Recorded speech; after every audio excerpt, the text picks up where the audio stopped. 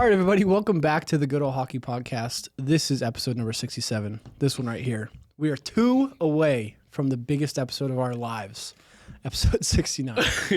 We're 25 years old making those jokes still. Yep. But you know what? Never lose the Walt Disney once Youthful said, joy yes, should never go away. If you can't laugh at the number 69, I don't want to be alive anymore. Don't listen to this podcast. Don't listen to this podcast. Yeah. You'll take our takes way too seriously. Yeah. You don't see us. We're not wearing suits. We're not professional. When I say Leon Draisaitl sucks, I totally mean that. You do. Yeah. Bad example. Bad example. But we've got an exciting episode. We're going to talk about some playoff picture, all that stuff. Be sure to be subscribed to the YouTube if you're watching on YouTube. Follow us if you're listening on Spotify, wherever you're listening to. Be sure to subscribe to us. We're trying to hit 100 subs on YouTube by the end of playoffs. So we've got about 2-3 months to do so. So help us out if you enjoy it. But first things first, before we get into the playoff picture, we're going to talk about our week. If you can see, if you're watching, I'm pretty red. What'd you do? So on Saturday, we went and filmed for a 7-on-7 football league. Oh, sweet. Yeah. Oh, I saw a couple clips. Yeah. Yeah, which was a lot of fun, but it was super cloudy out. I was wearing a sweater, and it was cold. But I get home, and my face, it's a little better now, but if I take my hat off, you can probably see my there's a suntan line. There's a solid line from your I was wearing a hat. That's awesome. Yeah. I took it off. Like that day, I was obviously a lot more red, but it was pretty bad. So if you look on my arm, you can see it very vividly on camera. Yeah. Not as much on here, but you look at my right arm. Oh, I also got a little burnt. I was in San Jose for a roller hockey tournament with some of the boys, and me, my girlfriend, my mom, and my little sister went to Santa Cruz and got lunch. Nice. And for whatever reason, I didn't bring sunscreen. Didn't even think I was going to be out in the sun that long. Yeah. And just got roasted. It was not very fun. Yeah. Went in the hot tub later that night. Didn't realize I was sunburned. Went in the hot tub later that night and quickly realized I was sunburned. It was not fun. Yep. Not a good time. Yeah. And did you go to? You didn't go to a Sharks game, did you? Were they No, even in town? they weren't in town. We had looked at going to a game, but they were not. They where did they play? Vancouver. They played in Vancouver. I think that was the only game that happened while we were there. Yeah. So we didn't get a chance to go, but it was a good weekend anyways. Yeah. But you were there for... We were there for some roller hockey. We had a good tournament. We placed second in the men's gold division, which was like the middle. There's silver, gold, and platinum. Silver and gold were together, and then platinum was its own division. Yeah. We ended up in second out of like 16 teams, something like that. Made it to the finals. We got spanked in the finals. We were kind of sandbagging pretty hard. We had a pretty damn good team. I was by far the worst player out there, and my wrist is all messed up. I had to sprain my wrist. So, story about that. I told you I'd tell you on the pod. Yeah. I hadn't roller skated since last June when we went to Bend for this roller hockey tournament. Yeah. Same team and everything. So I was like, okay, I need to get at least out there just to remember how to roller skate, right? Yeah. See if I'm even capable of skating. So we did like a little pickup. It was just like, there was like 10 of us out there, 2 goalies. And I skated for probably 10 minutes. Did something weird with my stick. I don't know, like what to make a pass and just sort of pop in my wrist and then couldn't move it at all. A week before the tournament, I was like, this is just fantastic timing. I was like, whatever, iced it. Been wearing this brace for the last week and a half. Yeah. And played with the brace on. It was the most miserable thing I've ever done. Couldn't do anything with the puck. I could barely hold my stick. So it was I was a little bit of a non-factor, but the rest of the fellas were great. We did pretty well. We beat every team pretty handily that we played until the finals, and we got sandbagged hard.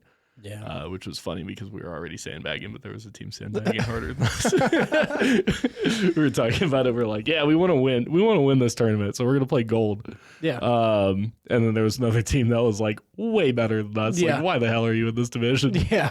Whatever. Yeah. It was a good time. Girlfriend came with me. Same with the dog.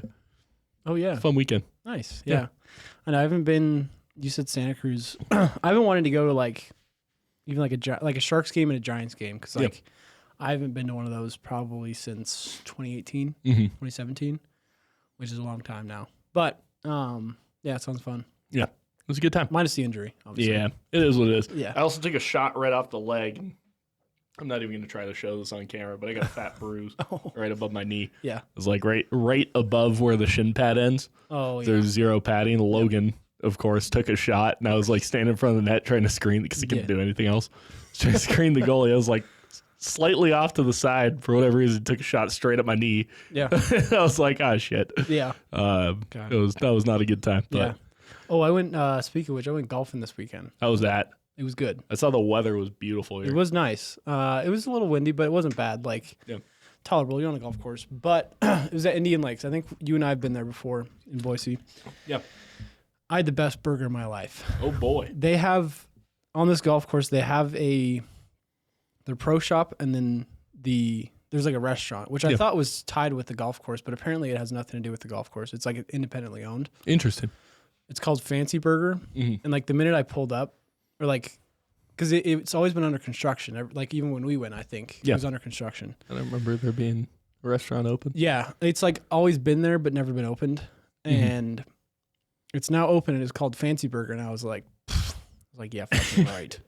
Fancy Burger, like that's like, I was like, there's no, it's on a golf course, like a mediocre golf course at that. Yeah. It wasn't like a super nice golf course that would expect to have it. After we golf, after hole 2, I stopped keeping track because I was doing so bad. Yeah. I was like, I'm just going to be out here to hit balls. Sounds about right. Don't care. And then afterwards I was starving and we were like, oh yeah, let's go to Fancy Burger, see how this burger is.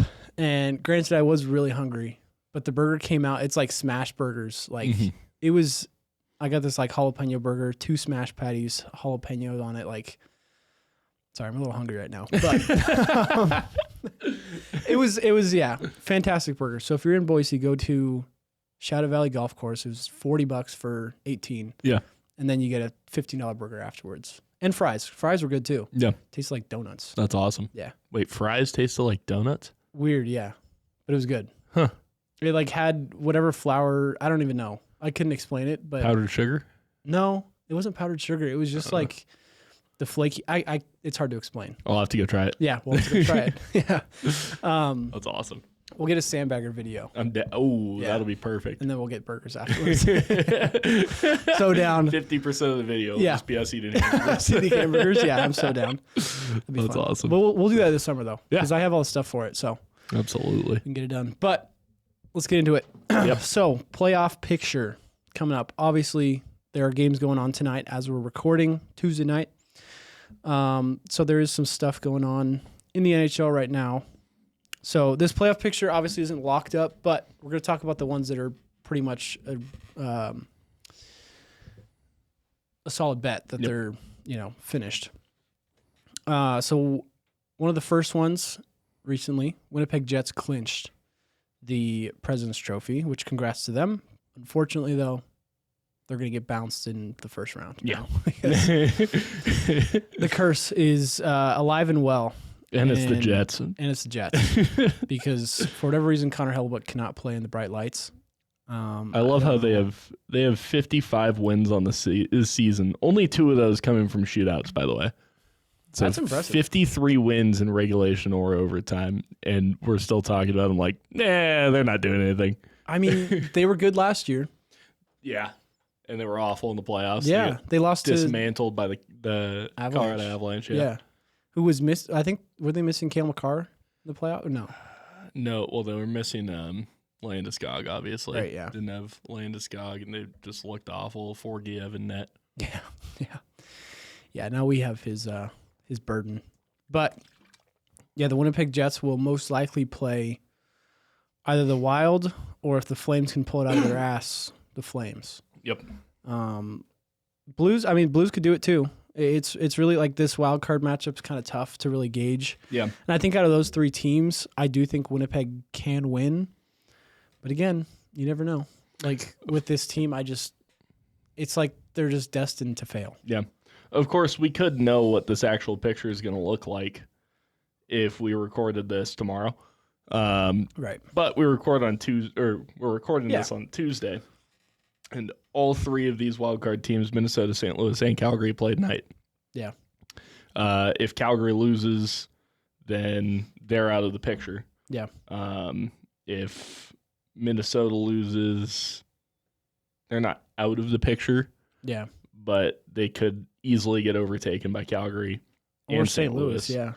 And if St. Louis loses, Calgary wins, they're now out of a playoff spot. It's interesting. Yeah. Or I don't think they're out because they still have more wins, but yeah. I don't know. It's interesting to see. I don't know. Who are you taking? I want to see who you're taking in the most interesting series in the West to me is the Kings versus Edmonton. Yeah. Played each other for the last 4 years. Mm-hmm. Back to back to back to back first rounds. Yeah. Back to back to back. The LA Kings have gotten bounced by the Oilers. Who do you think is coming out of that series this year? I want to take the Oilers because I despise the Kings. Mm-hmm. It is tough though because I think normally Edmonton had home ice advantage all those years, Mm-hmm. and now it's the other way around. The Kings have home ice advantage. But the tough thing is on the Kings, they're a hot team right now, Mm-hmm. and I like to bet on those hot teams because it's all about momentum right now.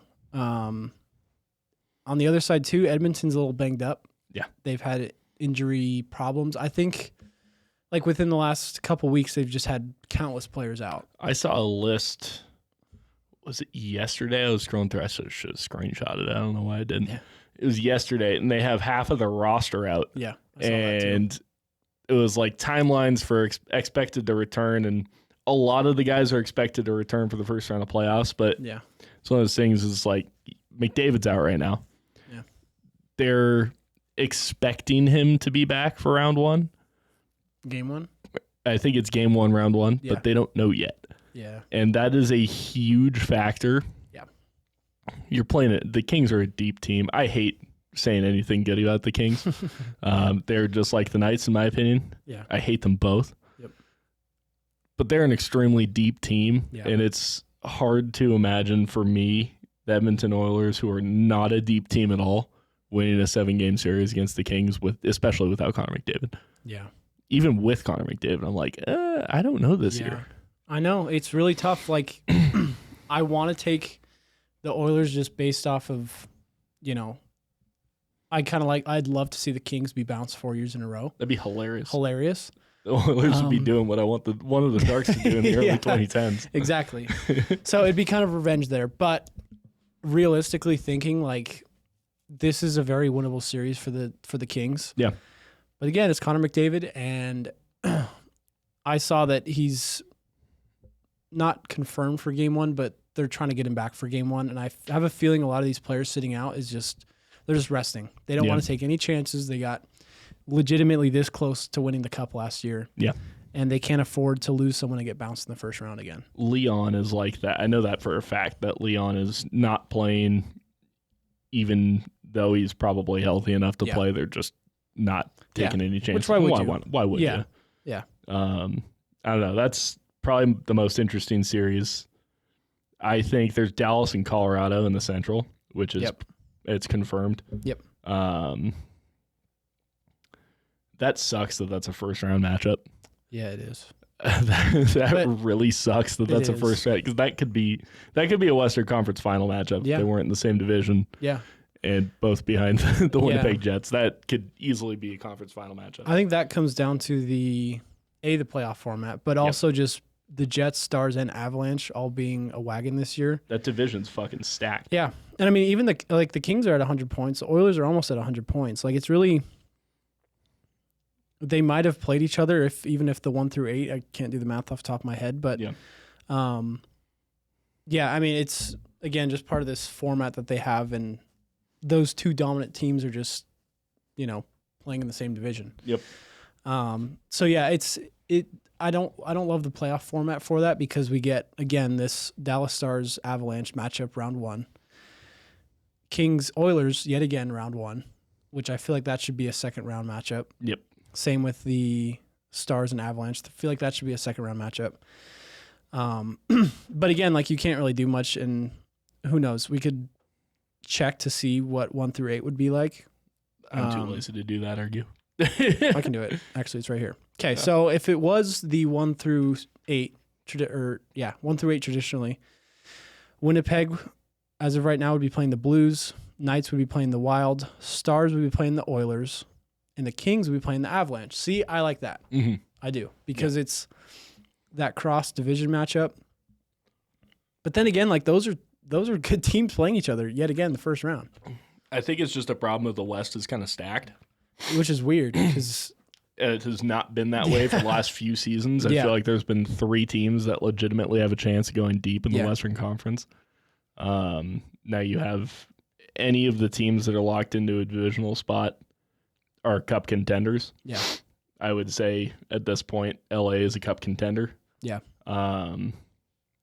Even if you go down, like I could see St. Louis making another fucking run, which would piss me off to no end. I hate the St. Louis Blues too. If you're a Blues fan, don't watch this podcast. No, I'm kidding. But please subscribe. Subscribe. We need 100 subscribers. No. I could see them making a run. I don't see Minnesota making a run. Yeah. They've fallen off a fucking cliff in the last couple months. I don't know what. That team was like first in the NHL at one point this season. Careful what you say. That could be a clip. Yeah, I'm sure it will be. In the next couple of weeks. If the Settle Down Awards will just be clips of me saying things that don't happen.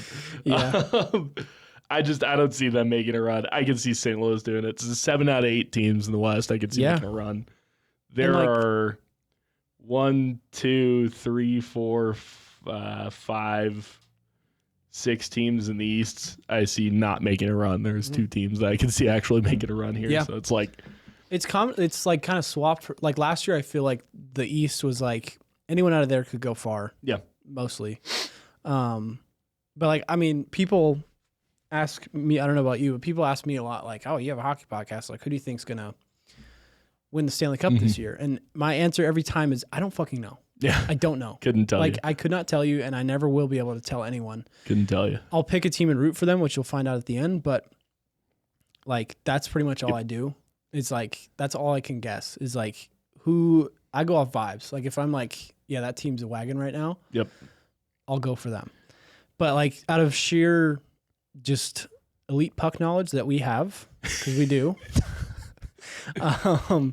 I couldn't tell you. Like anyone on paper, any one of these teams truly in the like 1 through 3 spot in their division in the West could make a deep run. So here's my question for you then. Vibes alone, who you taking? Who's winning the cup? Out of the West? I'll save it. I'll save. Cause I have my take, but I'll save it. Okay. For later. Okay. But out of the West, who I think off vibes alone is going to take it far is tough because I want to say Colorado. I kind of want to root for Landeskog. Especially with Landeskog coming back. I bet you vibes are high in that locker room. Yeah, that too. That is your captain, and he's a fantastic captain. We'll get into that later, too. Yes. But that guy, I can see the vibes being very high in that locker room right now. Yeah. But again, like, I mean, I really think like the Wild and maybe even the Oilers are like the least likely. Yeah. Which again could be 2 teams. Like, I wouldn't be surprised if they went on and won the Stanley or went to the finals. I see Oilers vibes being low. Off the vibes meter, the Oilers are out of it. Minnesota is out of it. Off the vibes meter, St. Louis might be absolutely on one. They're going to go on a heater, go deep. They just won 12 games in a row. Yep. They're 7-2. They've lost 3 games in their last 20 games. Yep. I don't even know. I want to say Dallas. I said Dallas last year. Yeah. They're just so stacked. They are. Yeah. That'd be my pick. That's my pick out of the West. Yeah. I like that. I don't hate it. But yeah, the vibes meters for the Blues are high as hell. Yeah. But they still got to make playoffs. They got to win tonight. They play tonight, right? Yes, they do. Okay. Well, as you guys listen to this, you'll know the answer to that. But yeah, and even if Calgary makes it even, like that's kind of a sneaky, and they're going to play the Jets if Calgary stays That's at an 2. easy first round bye. I mean, kind of. This is the lowest scoring team in the NHL. Yeah, the How problem. the hell are they in the playoffs? Dustin Wolf, hats off, bro. Yeah, They have a negative 18 goal differential, and they're still battling for Yeah. a playoff spot. That's ridiculous. which is crazy. But like, yeah, they're not. But again, like it's the playoffs. There's truly nothing you can prepare and call and just be like, this team's a wagon, because they could be bounced first round. Yep. Any team that you call could be bounced first round, which is Yeah. why the Stanley Cup is the best, which we'll get into a little bit later. I feel like we have a strong debate against any non-hockey fans or like people who put hockey on like the back burner and watch the NBA finals like an idiot. Loser. Yeah. Imagine watching the NBA finals in April, May, and June. No. And not the NHL playoffs. Boring. Yeah. Boring. Yeah. There's been one NBA finals I've actually kept up on. That was the Warriors' third ring. 2022 against the No, Raptors. no, it was their second. The second time, or the third time they played LeBron. There we go. Oh, yeah. Was that the one they lost? No, that was the second time they played. That was 2017. Yeah. Yeah. It must have been 2018. Okay. I forget. Yeah. I don't know. I remember watching the game. Yeah. That's the most I've kept I think we up all on. were in high school. We were all Yeah. watching. Yeah. Yeah. That's the most I've ever kept up with basketball. It's Yeah. the only time it was ever interested in me. That's when it was, because Yeah. guess who was playing? Steph Curry and LeBron James. Yeah. Like, that's interesting. Now it's Yep. like the NBA is just garbage. Anyways, let's do the vibe thing again, because that was kind of fun. And I feel like that's the best way to Absolutely. judge this, because it's like there's no way to know until they're playing. Eastern Conference vibes, Tampa is number one by far, I think. Mm-hmm. They have been so good over the last, I want to see the last 20 games. Unfortunately, NHL only shows you the last 10. They're 6-1-3 over the last 10. Yeah. So they've missed out on, 5 points out of 20 possible points. That's like a good stretch. That's not bad. Yeah. But just overall, like the team's been nasty recently. Vasilevsky's absolutely going off. Has been pretty much all season. He was like middle of the pack when it comes to stats. Yeah. Like halfway through the season, and now he's, I think, second in save percentage and goals against. It's nuts what he's been doing. Yeah. I think Toronto's probably second, and Washington would be third for me. But I think Tampa would be my pick out of the East. Okay. Yeah. What about you? I think a couple things. One, Senators vibe. Senators vibes High. are off the charts. Off the charts. You're playing potentially the Toronto Maple Leafs first round. First round bye. I am licking my chops if I'm a Senators fan or just a Senators player. You've got the generational, like 3 generations of chokers Yep. in the Toronto Maple Leafs. And you're the Senators. You haven't made noise in a while. You've been waiting for this team to be good. They finally cracked the playoffs. And you've got Brady Tkachuk as your captain, who's hungry for blood after losing in 4 nations. Always, he's a Tkachuk. He's going to be hungry no matter He's what. always ready to murder somebody. Yeah. And you've got the Toronto Maple Leafs as your first team you've got to play. After that, I do think like the Stanley Cup playoffs is kind of like once you get past the first round, anything's possible. Yeah. We saw that with the Panthers in 23. Yeah. Once you get past that first team, anything's possible. Doesn't matter. It really does not matter. And if you keep that vibe high, and I really like their roster. I don't love Ullmark how's Ullmark been? He's been good. Yeah. He's been pretty decent. Let me pull up stats here. And they've been wanting to get, that's kind of what they've been lacking is their goaltending. And to get a player like Ullmark in net is just a recipe for success. He's got a 911 save percentage, 267 goals against average, 4 shutouts, 24 wins. He's only played 43 games this season. I want to say he was injured. Yeah, I think he was. In his last 5 appearances, he's won 4 of them, had a shutout, and a bunch of very high save percentage games. Yeah. So he's been playing. He's a great goalie, too. He's a huge guy who's very skilled. Yeah. Like, at the end of the day, none of what we're saying matters because a goalie could just go on a heater and then they're winning the cup. Yeah. And that's kind of the only reason the Blues won in 2019 was because Benner went on a heater for some reason. Yep. And I feel like that happens every couple of years where a goalie just fucking goes off. Yeah. Um, That's all it takes, man. but, he's been fantastic. Their roster's good. They're young, too, which is huge. When we're looking at, the playoff picture in the East, you got a bunch of decently older rosters.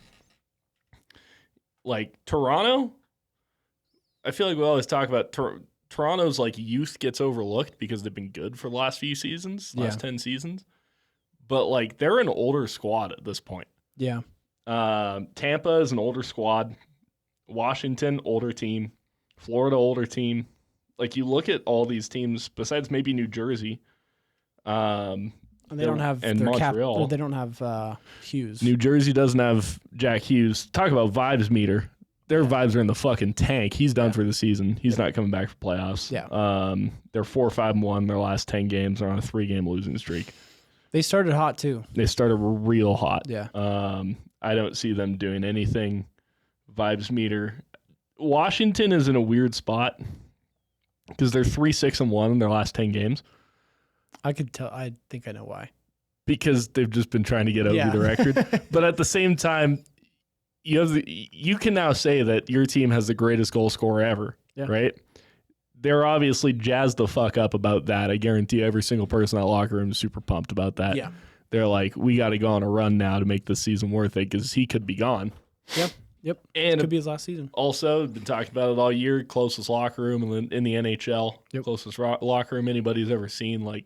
That team could just go on an absolute banger. And I would give their vibes meter at a medium though, just because I think the hard part with the season that they've had is we see this all the time where teams push so hard during the regular season, and get burnt out come playoffs, and I feel like that could happen for the Capitals. Yeah. Again, that's why it's on the medium. It's not low. Another team is the Panthers. I think their vibes right now are kind of low. Yeah. I mean, I think it's tough when you don't have Matthew Tkachuk, which he's gonna be back game 1. Exactly game 1. I guarantee it. Yeah. He's gonna Mark Stone his way in, which at this point I'm okay with it now because it's Matthew Tkachuk. But they're one of those teams where it's they're like Dallas. Dallas has not had the best record in their last 10 games. Obviously Miro Heiskanen's injured right now. Yeah. They're just such a deep team. Exactly. That it's the vibes. Your third line is better than most teams' second and first line. Yeah. I don't see them not at least winning a round or two. But the problem is they're playing Tampa. Yeah. And they're locked in to play Tampa. Mm-hmm. That is where the issue, I think, arises. Yeah. Is are they locked? Yeah, kind of.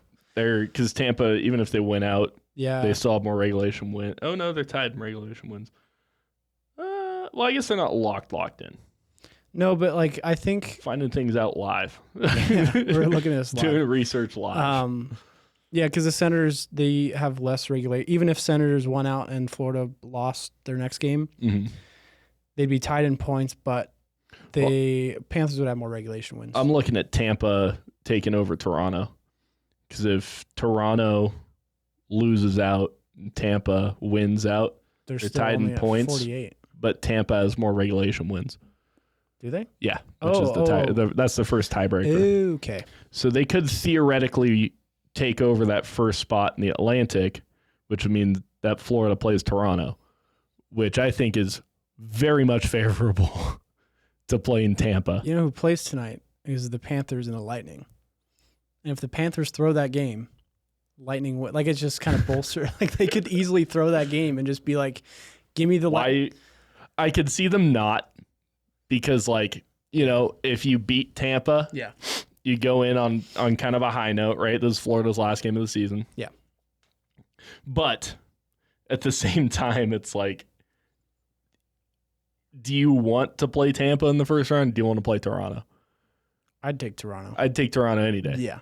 I'd take, even though Toronto has been great this year, I'm still taking, it's just playing Toronto over Tampa any day. Yeah. It's the Leafs. They won their first. No, they lost last year, first round to the Bruins. Yeah, I've never been a big believer. I think season to season, I don't think what happens in the past really matters. Maybe this is just my Sharks fan mentality coming back because I'm like, no, it doesn't matter. This is the year. This is the year. Toronto's a little bit different in my opinion. You can't lose 7 of 8 first-round series that you play in and then expect people to still be scared to play you in the first round. Yeah. If I'm a Florida fan, I want to play Toronto. I do not want to play Tampa. And if I'm a Tampa fan, I'd much rather play Ottawa I'd much rather play Ottawa than I would play Florida. Yeah. Even though we were just talking about Ottawa, they could make some noise. That's if they're playing Toronto in the first round. Yeah. If you're playing Tampa in the first round, that's a whole different story because you got, the 17-headed monster of a team full of all-stars.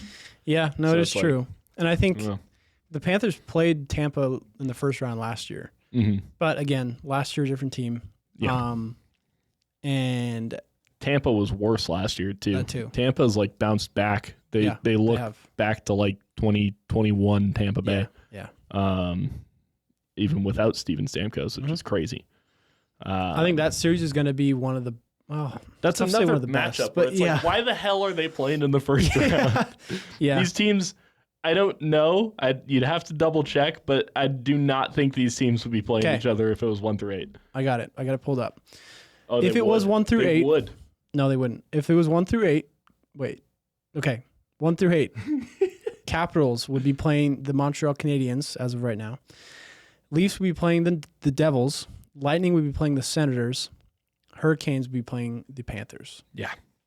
Which, again, is just if I'm a Panthers fan, I'd much rather be playing the Hurricanes than yeah, that too. And it's back and forth. And, I mean, we could have this debate all day about, what format's better. I think it does create some rivalry, but it kind of gets boring at times, just seeing the Oilers and Kings every time. See them play 4 years in a row. Yeah, and if the Panthers and Lightning play again, that's 2 years in a row now. Even if any matchups in that division, that's years in a row. Yeah, really. Yeah.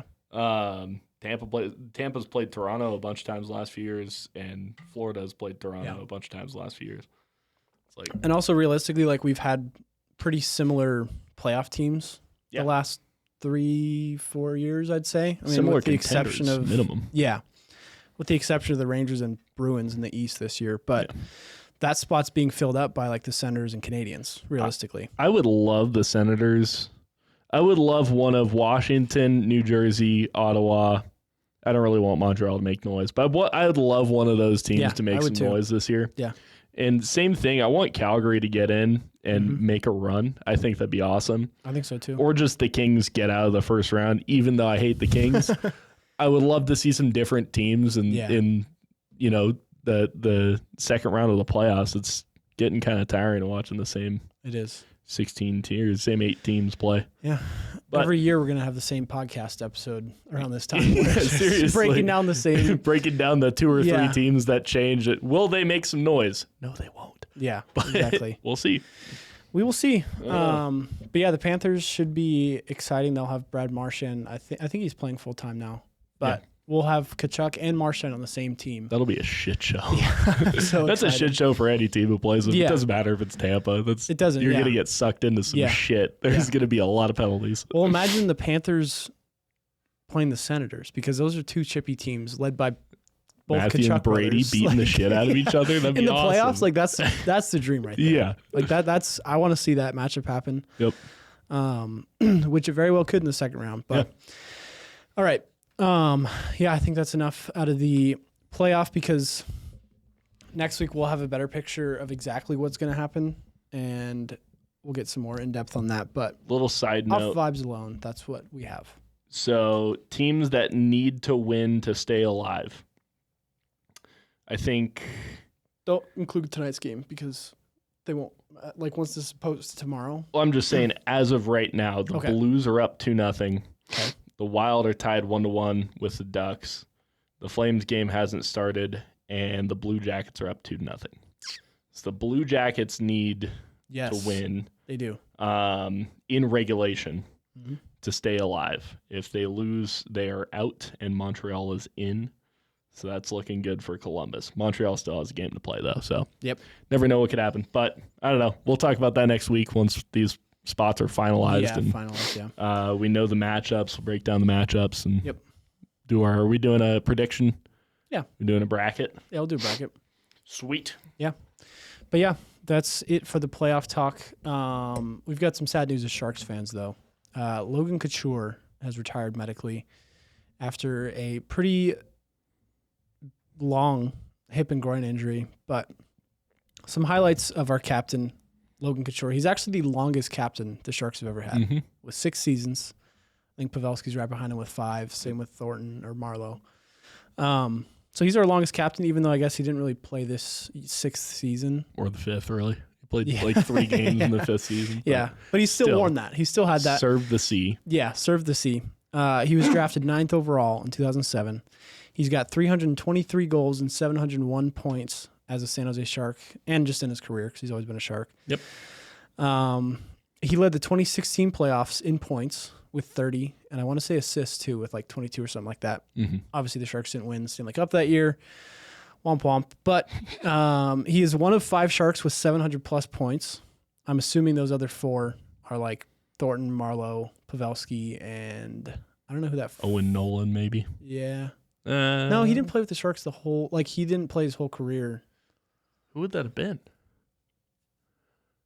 I'm just trying to guess, like off my knowledge. No, there's no way Vlasic has 700 points. No. He's played like 18 million games, but. What about Hurdle? Hurdle close? No, I don't think so. Probably like 500. Don't know. I don't know. If you know, we know. Like I should have looked that up because I knew I was going to get stumped, but I thought maybe we know. Anyways, probably Nolan would be my guess.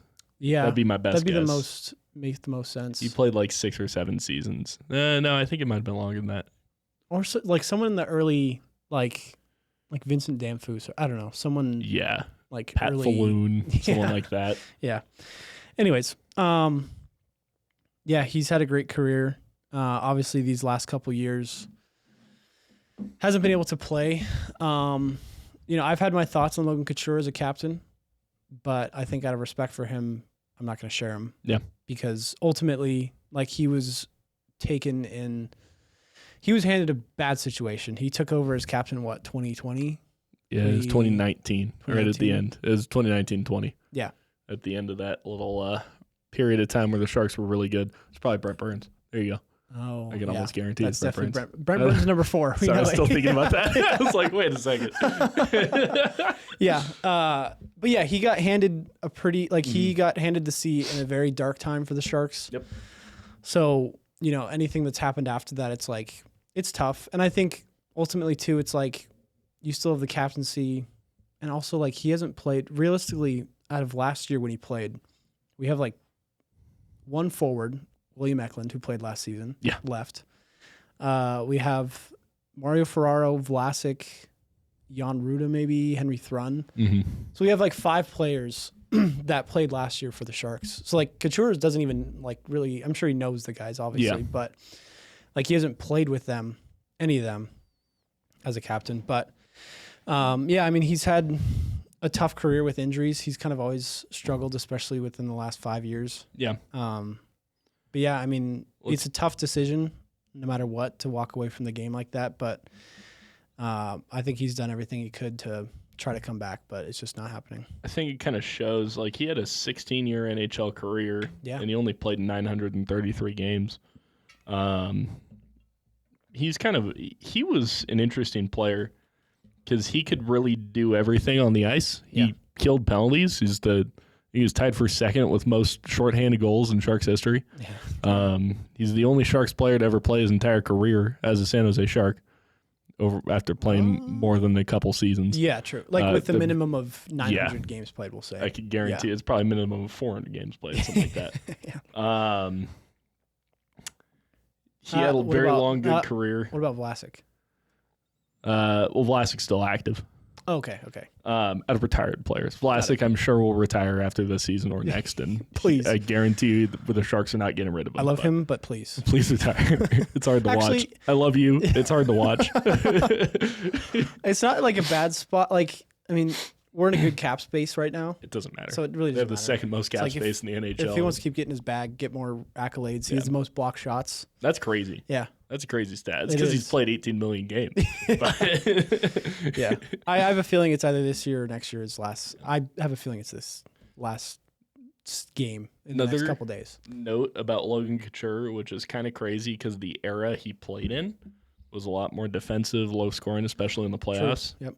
He had 101 points in 116 playoff games. That's impressive. Yeah, Which he was is- a playoff. He was a gamer in the playoff He was for a us. gamer. Yeah, Um, which we desperately needed because there were some Sharks who I'm not naming names, but he was the first player to get his retired jersey by the San Jose Sharks. They're just always like sometimes like our guys just even the second. they just wouldn't step up in the playoffs Do when we shit. needed him most. Yeah. Aside from Pavelski, I love you. I love you, Joe Pavelski. Yeah. He's always game 14 goals in 20 games played in the 2018-19 playoffs. That's outstanding. Yeah. Like, he just really did it all. Yeah. He'd kill penalties for you. He'd make offense happen. Yeah. So sad to see him go, for sure. Yeah. And like to not even have like a last game for him. Yeah. Like we got a last game and didn't even know it. And it was him getting injured. Yeah. Which That's is sad. the worst way to end a Yeah. career. You look at their great careers that are ended that way. Carey Price. Yeah.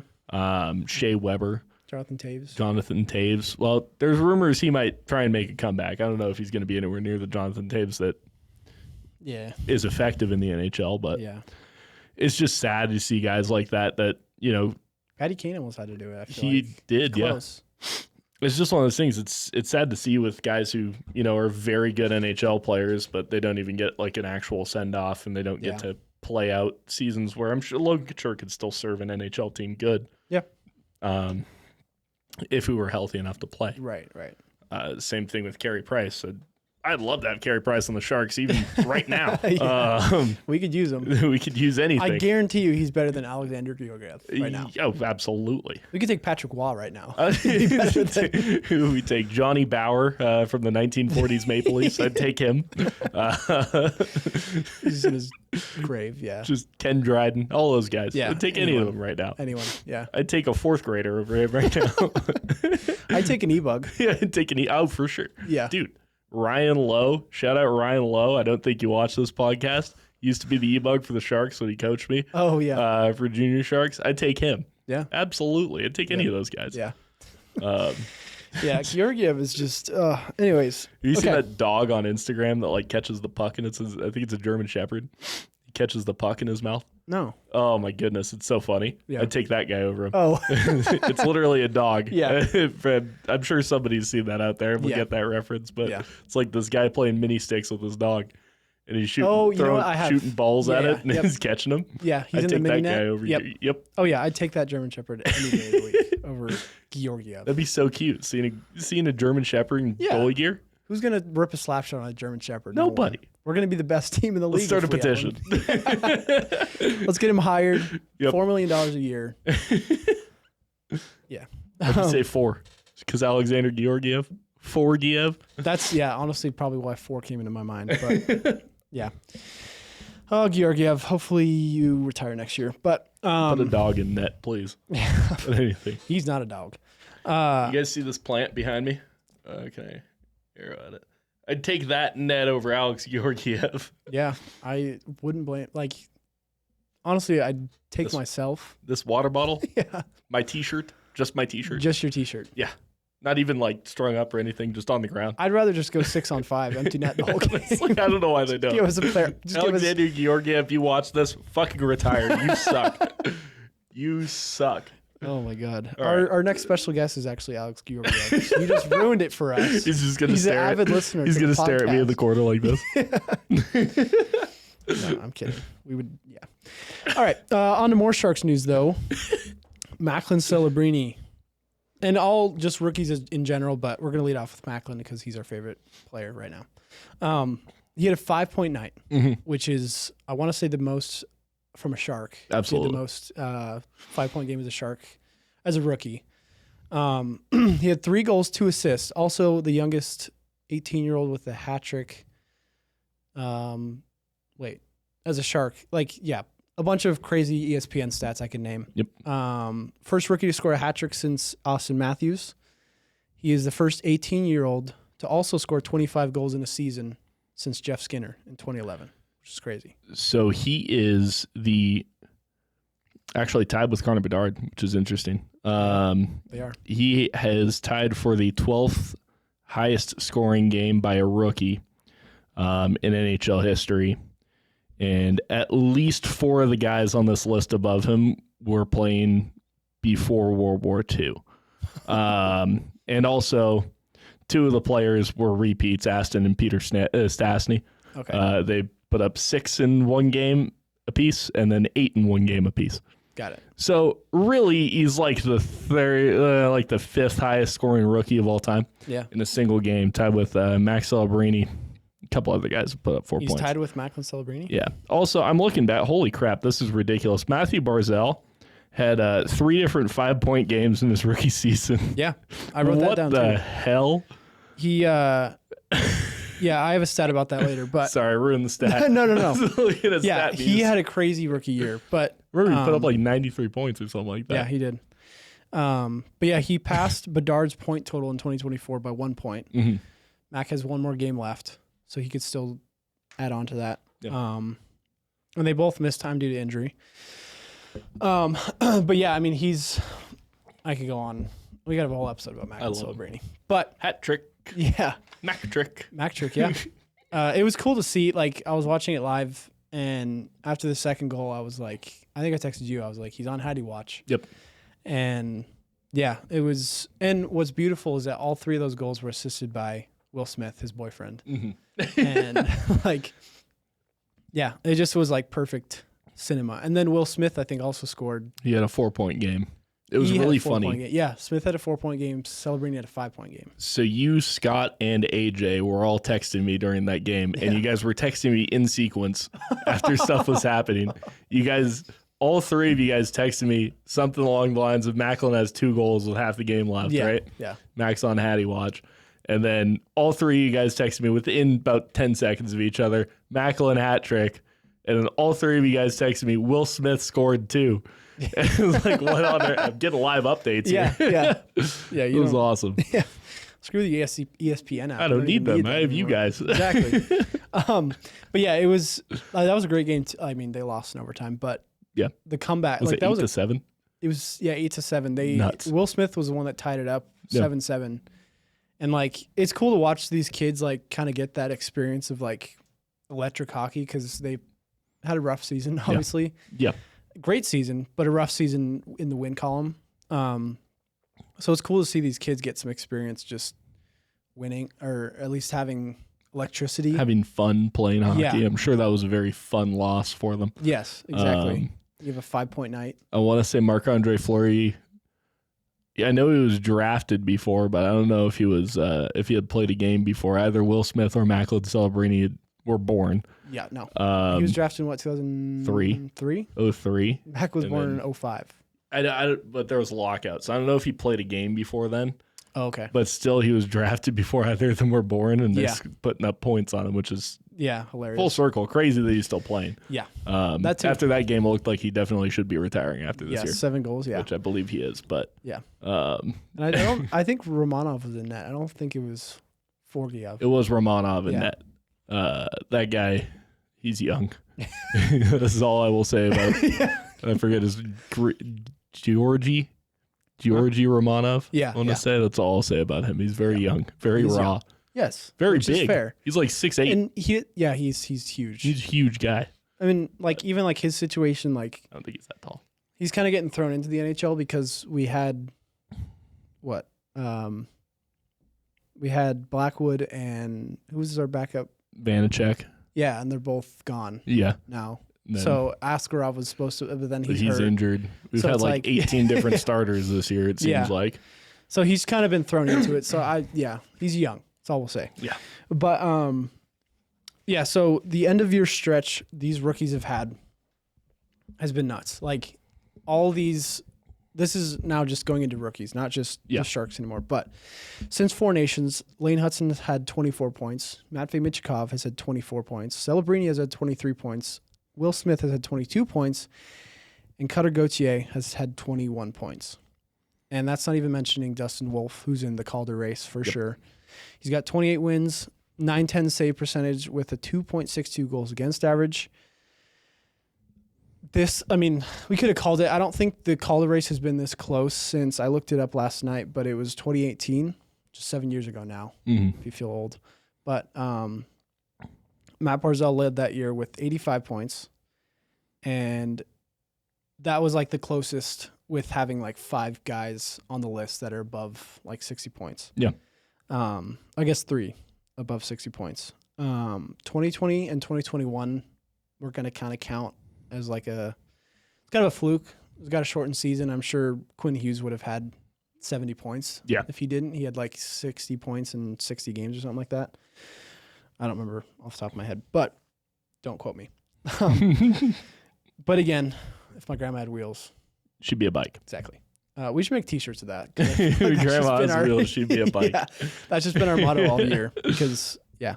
That's funny. But anyways, just with these rookies, like they've been red hot, like especially the end of the year and really all year, especially with like Hudson and Celebrini and even Michkov. Like, he obviously had that. Tortorella was, in his way, if you want to call it that. But again, like we don't know. Yep. He could have done the same thing with a different coach. We don't really know. But yeah, all these guys, even Gauthier, I don't think Smith and Gauthier are going to finish in the Calder race at all, but they're definitely going to be like 5 and 6, 4 and 5 down there. Like it's going to be Hudson, Michkov, Celebrini, and Wolf in that final stretch for voting. But I don't know. I don't think it's too early to call it because anything can happen these last couple games, but I think everyone's kind of leaning towards Hudson. I'm not. I'm still a believer. Yeah. Hudson has 2 more points than Celebrini and 12 more games played. But the argument is he's a defenseman. Yes, but he has 60 assists, and more than half of them are secondary assists. Yeah. Yeah, you can say it's for breaking the puck out, but every defenseman should be able to break the puck out in the NHL. Yeah. So I'm still taking Celebrini. He plays a more important role, in my opinion. He's the first-line center. Yeah. On a terrible team, he has 2 other guys to help him out, and they're both 20 years old. Yeah. 20-something years old, unless you count Tyler Toffoli, who's... I would, but that's one player. He's aging, and he's 57. Or at least it looks like he's 57 when he skates. Yeah. Not a knock on Toffoli. I love you, Tyler Toffoli, but that guy is the slowest player in the NHL. Yeah. Lane Hudson has a lot more skill around him, and his team's in a playoff spot. They score more. Yeah. It's how the NHL works. Yeah. If your team scores more, odds are you're going to get more points. Yeah. Well, Celebrini was the first, I guess you count Eklund, but the first big name draft pick that we've had. Yeah. The kid's also 18. Like everyone, I get that playing defense in the NHL level takes some time. You're not going to join as an 18-year-old. 3 years older though. Exactly. That guy can go drink. Yeah. I mean, Macklin. I guess in Canada, so can Macklin. But anyways. In some parts of Canada. Some parts, true. Not all of the United Canada. States, the relevant country. Yeah. He can't drink. Yeah. And Lane Hudson can't. It's that age factor that this kid is 18 years old. Yeah. And he's doing what he's doing. He's got a level of the game. With his age, he should still be in high school. Yeah. I think he would have just graduated this summer. Yeah, I think he still would have. Think about his birthday. He could still be in high school. He could. He'd either be a very old senior or a very young freshman in college. He shouldn't even, with his birthday. And he was a freshman in college last year. Which is nuts. Yeah. He played his entire rookie season in college, his entire freshman season in college, as a 17-year-old. Yeah. And won the Hobie Baker. Won the Hobie Baker as a 17-year-old. Now you're talking about I don't even think this is a conversation. It's one of those things where it's like Artemi Panarin won the Calder at 23. Yeah. At what point, yes, it's for rookie, but at what point when you're playing against, 18, 19, 20-year-olds, does it kind of get to be an unfair advantage? Like you're older, you have more years of hockey under your belt. Yeah, that too. He's been playing, he's been playing longer. Yeah. Hudson has. And, I think it is definitely incredible what he's done as a defenseman, and you could critique his defensive play if he's even a defenseman. I'm not going to, But He's a fourth forward with 6 goals. Yeah. That's how I'm looking And I think, at it. like you said, with the talent around him in Montreal, definitely bolsters him. He's playing on the power play with Nick Suzuki, Cole Caulfield. The greatest 50-goal scorer who's never scored 50 goals. Yeah. I love Cole Caulfield. Yeah. But, like, Point per game, Nick Suzuki. Yeah. You talk about the greatest players of all time. Yeah. The next greatest goal scorer in NHL history is on this team. Yeah. Of course, he's going to get a lot of assists. Yeah. I said that sarcastically, but Yeah. I I picked it up. Yeah. I just, like, there's a lot of skill in Montreal, and, like, they've had Slavkovsky's probably not a great example, but he's a first overall pick. he's been good this year, too. He's been good, yeah. I love to hate on Uri Slavkovsky, but he's been good. Yeah. And They have talent there. they do. The And Sharks they're not in the middle of their rebuild like the Sharks are. And maybe the voters don't take this into account. Maybe they shouldn't. I don't know. But what I think is just that seeing what Celebrini is doing at 18 years old, putting up the numbers that he is on the worst team in the league, just shows everything. Like, Lane Hutson's on power play 1. He's got 25 power play points, I saw. Yeah. Which is a little under half of his points. Which, again, like, I don't want to take away from... He's not a power play merchant. He could be, but I wouldn't call him that. He's a secondary assist merchant. Yeah. Tell you that for free. That too. I'm a hater. So I think it's, and like ultimately, Lane Hutson's American too. Like, I wish the best on him. Yeah. I think it's just I went through this with Boise State football with Ashton Genty, and I feel like it's just fucking all over again, where we're going to get Celebrini, not snubbed because Hudson's playing great, but it's like there's just so many factors that go into this, and frankly, it comes down to the voters. But again, like, there's definitely an East Coast bias on those voters because they're watching those games. You got to stay up late to watch the Sharks games. And I think Celebrini did slow down a little bit before obviously that 5-point night. He slowed down. That kind of took him out of the race a little bit. Yep. Which is fair. Like, you got to be consistent all year long.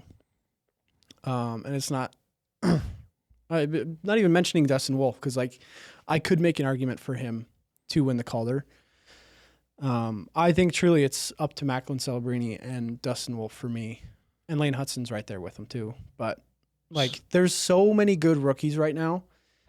This argument sucks. I hate it. I hate that I have to make this argument, or like even, and I'm defending a player on my favorite team because it's just what I do as a fan. So the Canadians have Nick Suzuki has 29 goals. Cole Caulfield has 37 goals. Nice. Patrick Laine in 51 games has 20 goals. So he's on pace for well over 30. Yeah. Right? Well, he's on pace for about 30 goals. That's 3 30-goal scorers on a team. When was the last time the Sharks had a 30-goal scorer? Macklin Celebrini is his team leader in goals. Is he? I think so. He's at 25 goals. I thought Toffoli was. No, I don't think so. I could be wrong on that, but still. There are more players to pass the puck to on the Canadians that is true. than Macklin Celebrini. Yes, you're going to rack up assists. At the end of the day, like, you see a guy with a whole lot of assists. This was the case with Ryan Nugent-Hopkins a couple years ago, where he had over 100 points and like 80 of them were assists. Toffoli's in one with 30. But again, that's 30 goals. My point is stupid. But no, it's still.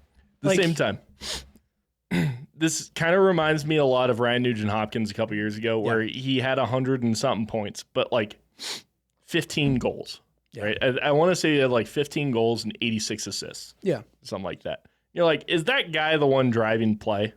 Or is he kind of just feeding off of the fact that Connor McDavid's scoring 64 goals and Leon Draisaitl has another 50? Yeah. Right? No, it's true. I don't think Lane Hutson is driving play. Yeah. Macklin Celebrini, if you watch a Sharks game, which this is probably going to come into factor when they're voting on the Calder. Yeah. Is nobody watches Sharks games. But if you watch a Sharks game, Macklin Celebrini most nights looks like he's one of 3 guys actually driving play. Yeah. Making anything happen whatsoever. He is, yeah. And it's like, that should be a huge factor in the Calder vote, the Calder's race. Yeah. He's doing everything on the ice. The Montreal Canadiens, you could plug any guy that has some sort of a gift with passing the puck. into that defensive spot, and they're going to do just as fine. Yeah. Especially on the power play. Especially on the power play. It's like you could put Brent Burns in there, and they would probably be just as good. And that guy's washed up as shit. Yeah.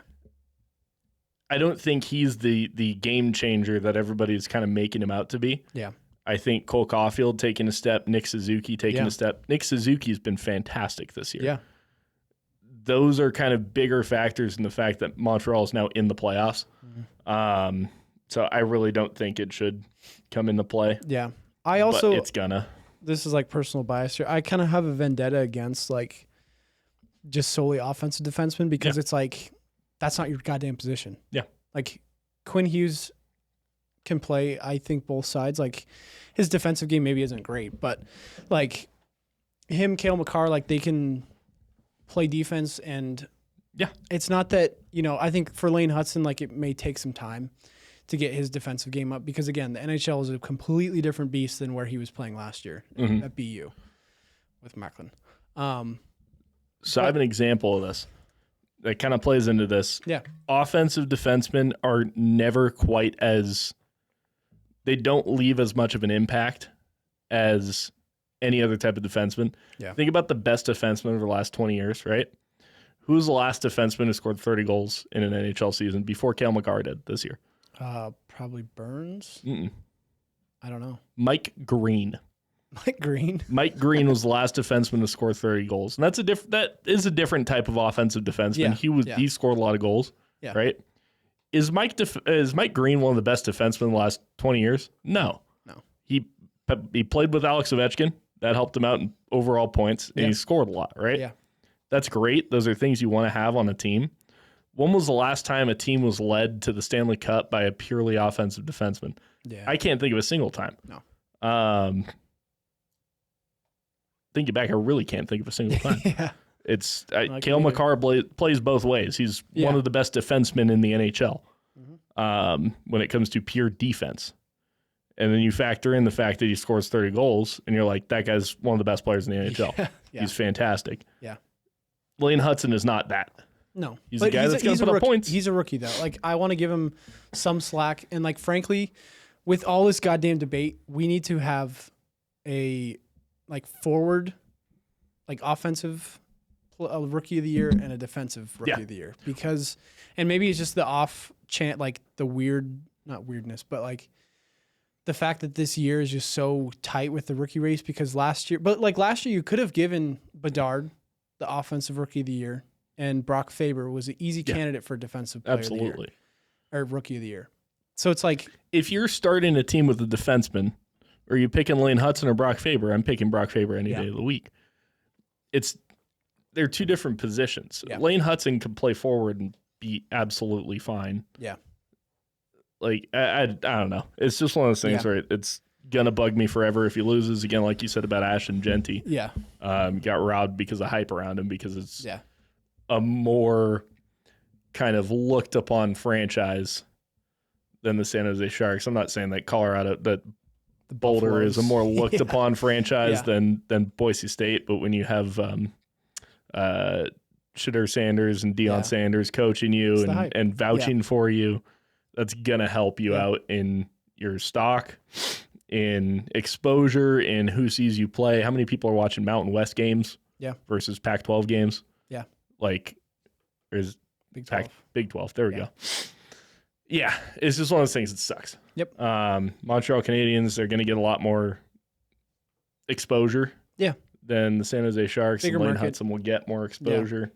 I love how I'm kind of glossing over Dustin Wolf and the fact that he is quite literally dragging and clawing a team with the worst offense in the NHL. Yeah.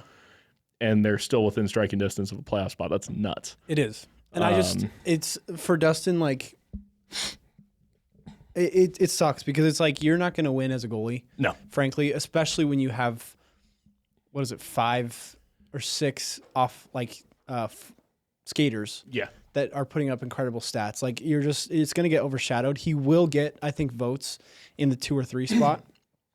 I don't think they're going to put, no, they're not going to put him over Lane Hudson or Celebrini. The only situation I could see that happening is if Calgary can somehow bounce Seattle, or not Seattle, St. Louis or Minnesota. Yeah.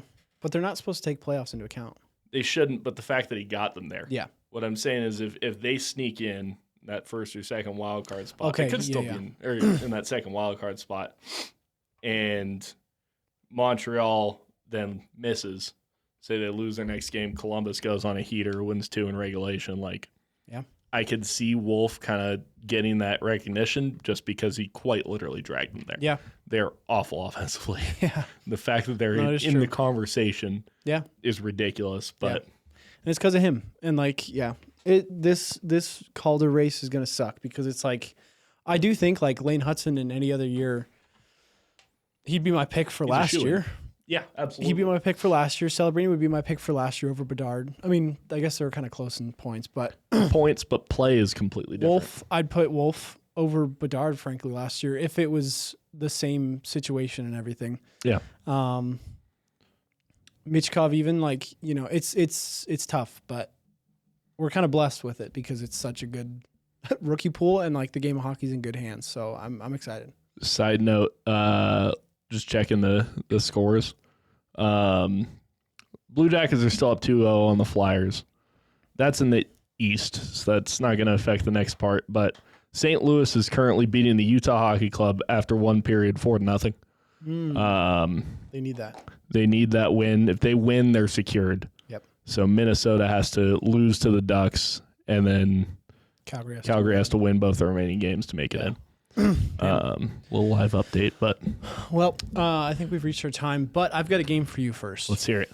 So before we wrap up, I'm going to give Alan the game here. So I'm going to explain the game a little bit. I got to get my notes out though. So for this game, it's kind of like a blind raking a little bit. A little different though. You're going to be building a team. I'm going to give you 5 players. You've got 5 roles these players have to fit into. Mm-hmm. Right. Their job on the ice is to do this one thing. So you've got sniper, you've got a playmaker, a trash talker, an enforcer, and a selkie, or two-way forward, if you want to call it that. Penalty killer. What? Penalty killer. Yeah, penalty killer. Perfect. Selkie, whatever you want to call it. First player, Matt Rempe. There's 2 spots that he's eligible for. And I'm inclined to go trash talker because he's an awful enforcer. I don't think I've ever seen him win a fight, but I'm going to put him at enforcer. Okay. So I think I'll be gold on that unless you pull out like a Ryan Reeves or something, then I'm screwed. Okay. Matt Rempe at enforcer.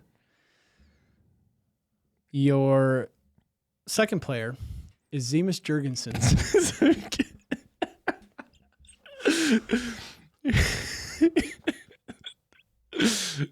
Okay, that guy, I remember it was like probably 2013. Buffalo was still playing.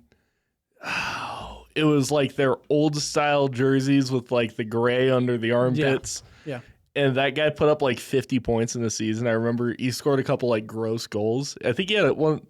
Maybe it wasn't goal of the year, but I remember he had like some highlight reel goal where he toe dragged the shit out of somebody. Mm-hmm. So I'm very tempted to put him at sniper. But I'm not going to do that. He's not a good example for any of these. Put him at Selkie spot. Selkie? Okay. Penalty killer. All right. Zemus Jurgensen going as the Selkie player is two-way forward. All right. Your next player is Patrice Bergeron. God damn it. You've got sniper, playmaker, and trash talker left. This did not work out. Oh, gosh. I guess I'll put him at playmaker. Okay. Playmaker for Bergeron, which honestly isn't a bad spot. I don't think. He's very good playmaker. It should have been Selkie. I'm guessing Connor McDavid's probably on this list. I'm going to look stupid. That's all right. That's all right. I'm going to end up putting him in trash talker. Okay. You got trash talker. So you got trash talker and sniper left. Mm-hmm. Your next player is Jordan Binnington. Hey, I left trash talker open. Perfect. Okay. Perfect. Trash talker right there.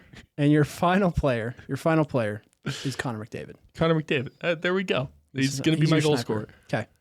And honestly, it's not a bad list. I should have taken my gut and put Zemgus Girgensons as my goal scorer. It probably would have. That would have worked out a little better. I think you'd have Jordan Binnington doing something weird though. Why? Like if you had. I should have put him at goal scorer. I should have put him at sniper. Binnington? Yes. That would have been funny. I bet you would score a goal. I was kind of hoping that Binnington would fall under like playmaker or sniper. Okay, so here's your team rounded out. So at the sniper, you've got Connor McDavid as your go-to guy for goals. Great pick. He's getting pucks from Patrice Bergeron, which is great. You got Jordan Binnington getting under the other team's skin. We have a goalie too.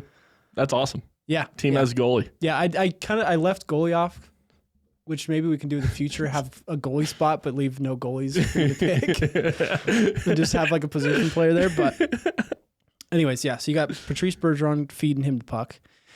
Jordan Binnington is talking trash to the other team, getting in their head. Awesome. You got Matt Rempe as your enforcer. You got Zemus Jurgensen as your Selke winner. Or your two-way forward. That's such a random player. It is. That is such a random pick. Yeah. Oh, my goodness. How happy are you with your team, though? Do you think that team could go on a run? I think they could. So you got two born leaders, right? You got Patrice Bergeron, one of the best captains in NHL history, and right? Zemus Jurgensen. And Zemus Jurgensen. Wait, he was the captain of the Sabres, right? Was he? No. No, he wasn't. I'm thinking of Kyle Okposo for some reason. That's a dirty penalty kill, right? You got the 1-2 punch of Zemgus Girgensons and then Patrice Bergeron. Yeah, you can put him there too. That's nasty. Yep. Right? You got Jordan Binnington talking shit, getting into people's heads. I still remember that one, looking back on Jordan Binnington's career. Won a Stanley Cup. I think, was he a rookie or second year in the NHL, something like that? Yeah, he was pretty young, yeah. There was that one game, I think it might have been after the COVID season, where there was no fans in the stands. And it was against the Sharks. And he got into it with one, I forget if the goalie was like Aaron Dell or Devin Dubnyk. I think it was Devin Dubnyk. Either way. And he fake blocker shivered him in the face. Oh, yeah. It was the funniest thing ever. Yeah. That guy. What a career. Jordan Binnington. Yeah. You're amazing. You're awful, but you're amazing. Yeah. Well, he was great. Fucking the U.S. But we'll see. He could have a good year. Who knows? The Blues, they're wagging. So I'm happy with my team. Yeah. I'm taking that team to the Cup Finals. Yeah. So I'll go next week. Alan will do the same thing for me. But we're going to do some games here. We'll do some games here to kind of end the show with a little bit of fun. But thank you guys for listening to episode 67. If you're not subscribed or followed, hit that follow button. Follow us on Instagram as well. You'll get all the updates for new episodes, funny videos. You'll see some clips of the episode if you missed it. Yep. All that stuff. We got some probably do some reaction videos when playoffs start because those always do well. Just fun to give our takes when you've been drinking a little bit too. You got more balls on you, but I'm so excited for playoffs. It's gonna be so fun. Keep hyping it up each week. It seems like each episode, but there's nothing better than playoff hockey. So absolutely, I'm excited, and I'm sure. Hopefully, we'll see the Sharks there soon. They're going to win the Cup this year. What are you talking about? True. They're going to have a massive comeback. Listen, they might have to win, 41 of their remaining games, but it's fine. We're going to win the Cup. If Mack Celebrini scores another hat trick, I think they should automatically get a bid to the Stanley Cup playoffs. That's facts. Do you want to see a struggling Minnesota or San Jose get wiped in the first round? That'd be awesome. Yeah, it's a 7-game series. Anything could happen. You never know. Gary Bettman, do it. Match them up against Toronto. See what happens. True. Yeah. All right, guys. Thanks for listening. We will see you guys next week. Next Wednesday, we'll be doing more playoff talk because it'll be right before playoff starts. Yep. We got that. So without further ado, we'll see you next week and keep watching hockey.